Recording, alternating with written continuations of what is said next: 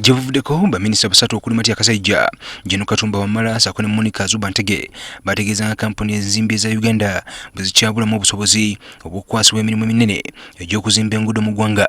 Tukyalina obuzibu nti banayuganda tetwagala nnyo okolaganira wamu, buli omu ayagala kubeera nake kake katono, so senga basobola okwegatta ne baba nga basobola okufuna ebyuma bino ebingi oba n'okwewola ssente nga beegasse, kyandituyambye nabo okufuna okuba nti basobola okufuna obusobozi. They have the skills but they don't have the experience. Yes, they don't have the experience. Ugandans capacity again. Capacity in terms of this, capacity in terms of equipment.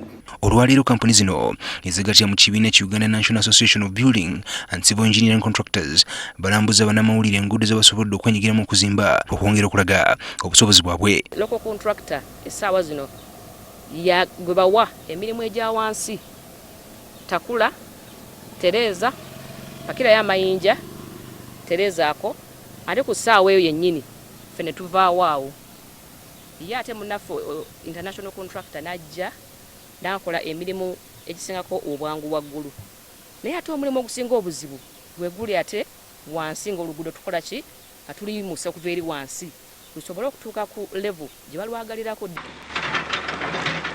Bano ekibalumya omutwe kwe kulaba nti gavumenti beesiga kubawa mirimu minene.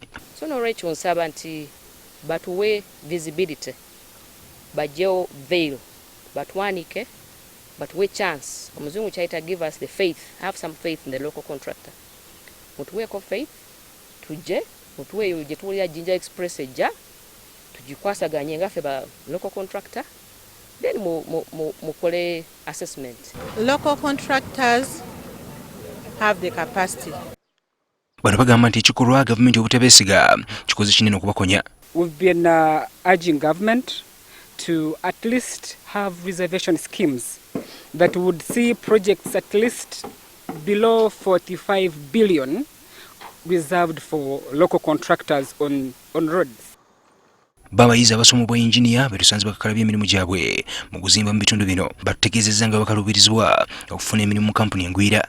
Companies zino mu biseera ebisinga batera okwagala omuntu alina experience, kati ngomaze n'okusoma batera n'okubayisaamu amaaso baba baagala omuntu alina experience, minimum qualification. Muzimanyi mbambira mu mawulire. Industry eri challenging nnyo kuba engineer ngaffe abavudde ku campus, kuba abantu balina mentality nti ebintu mbeera temubisobola, naye kati nga local farms zaffe zo zibeera zitwesiga kuba bonna basomedde mu universities ngaffe naffe bwe tusomeddemu.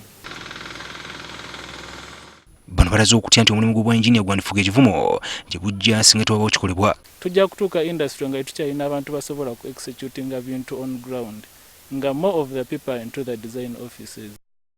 Enguudo ezirambuddwa ziri mu district okuli Mitiyana, Mubende, Kakumiro, Sakone Oyima. Ivan Chimuli Kigozi, NTV ku Sawemo.